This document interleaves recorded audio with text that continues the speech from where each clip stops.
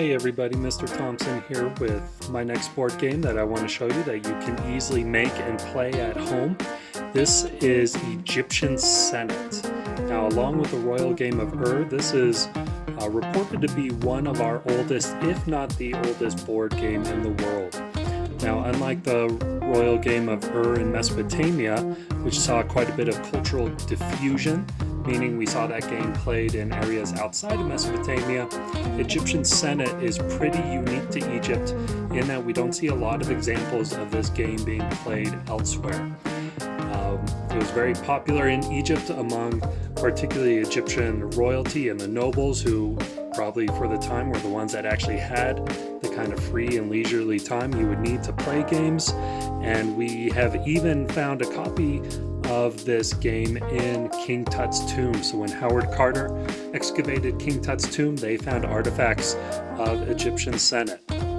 So what this game is, it's a game for two players where they are racing across the board trying to get their own 5 pieces all the way off the board before their opponent. Many have looked at the game of Senet and have suggested that it may have connections to the journey that each of us take through the afterlife after death. That Egyptian Senet may be an actual themed board game, the theme being you are traveling and making your way through the underworld to make it to a happy afterlife before your opponent. So let's check this game out and see how it plays.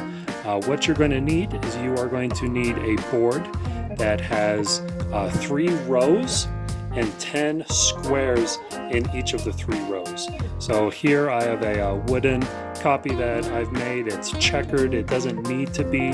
Here is a paper copy that I just printed offline. This is another one where you could easily grab some paper or some construction paper, make it your own, a great craft opportunity. You're then going to need 4 popsicle sticks or really anything else that has 2 sides to it. You can easily use 4 coins, but sticks were what was used in the original artifacts of this game that we have, and these are how you're going to determine the way you move in the game.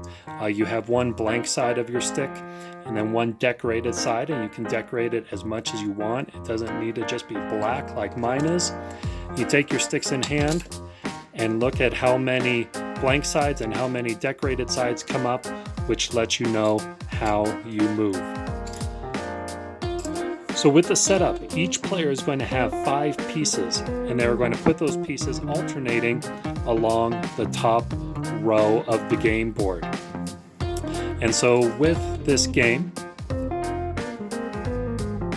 you each take turns, and as you throw your sticks, you're going to pick 1 piece to move the number of squares that have come up on your sticks.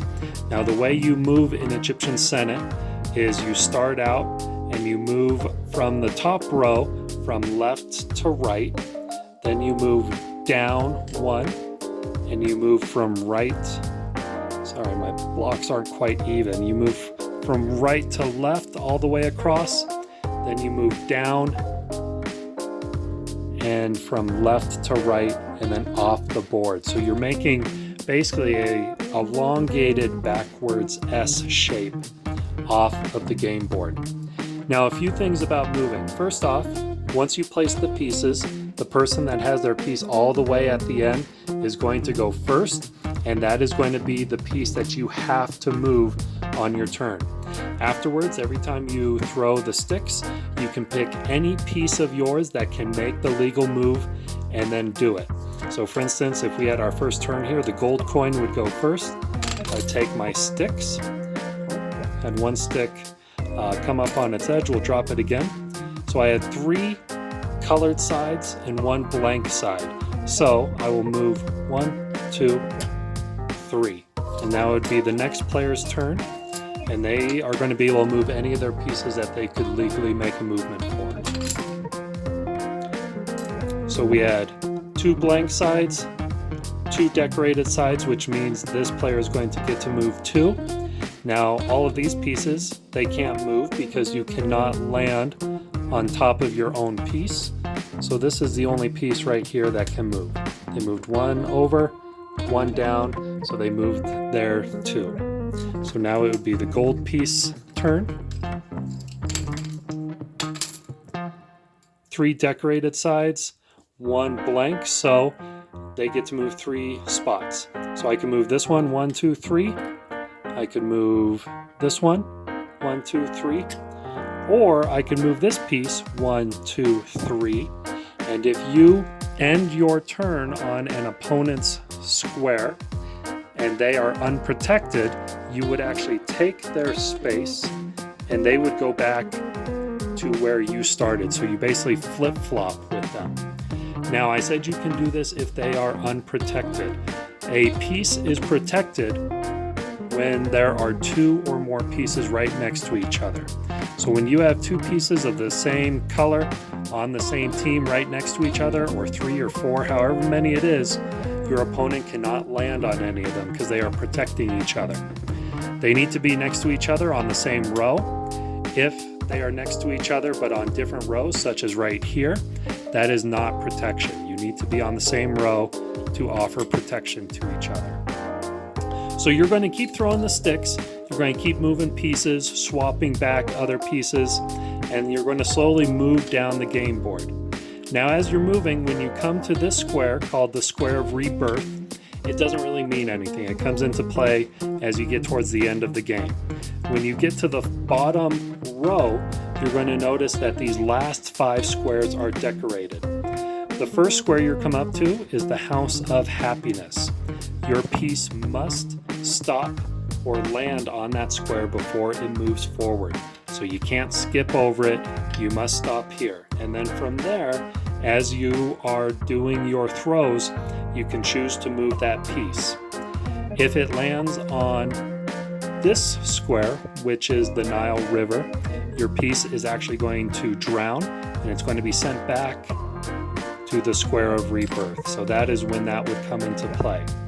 Now obviously you're probably not going to, by choice, land on the Nile River, but let's say this was the only piece you had left on the board, or it's the only piece that you could move legally and you rolled a 1 or threw a 1 with the sticks, you would be forced to move to that square.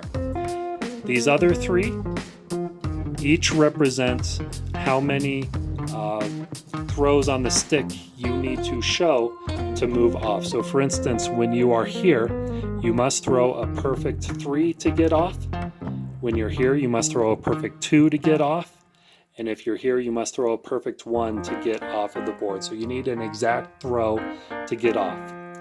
When you have pieces on here and you have no other legal moves, so for instance, if all my other pieces were trapped or I didn't have any other pieces and I make a throw and I have no pieces that I can move, there's no legal moves, but I have a piece somewhere here at these last 3, I have to go back to the Nile and I have to move that piece back.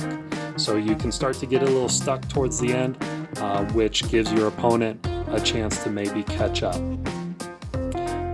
So other than that, you keep going back and forth until one player has gotten all of their pieces off the board and they are the winner of Egyptian Senet. So again, a fairly simple game, just a few rules to keep in mind when you get to these final squares. But again, this game has a lot of flexibility to it, and as you play, a lot of strategy as well. So as you're playing, if you come across questions, feel free to drop me a line, let me know. Otherwise, I hope you guys can get some enjoyment out of trying out Egyptian Senet. So until next time, take care, guys.